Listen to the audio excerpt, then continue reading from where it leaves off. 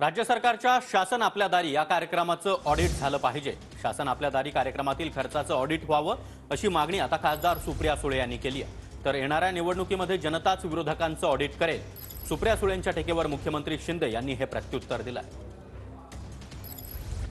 शासन आपल्या दारीचा white paper निघाला पाहिजे, त्याचं एक ऑडिट झालं पाहिजे की खर्च किती केला, त्याच्यात भाषणं कशा पद्धतीची झाली आणि खरंच किती लोकांना सेवा मिळाली आणि तेच पैसे जर सर्वसामान्य मायबाप जनतेला दिले असते, आमच्या अंगणवाडी भगिनींना दिले असते, ग्रामपंचायती शाळा सुधारण्यासाठी दिले असते तर त्याचा किती इम्पॅक्ट झाला असता। मला असं वाटतं गोखले इन्स्टिट्यूटने याचा अभ्यास करावा।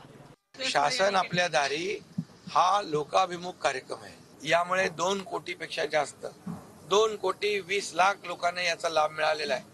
2,20,00,000 लोकांना मिळालेला लाभाचं ऑडिट त्यांनी करण्याची मागणी केली आहे। त्यांना धन्यवाद द्यायला पाहिजे।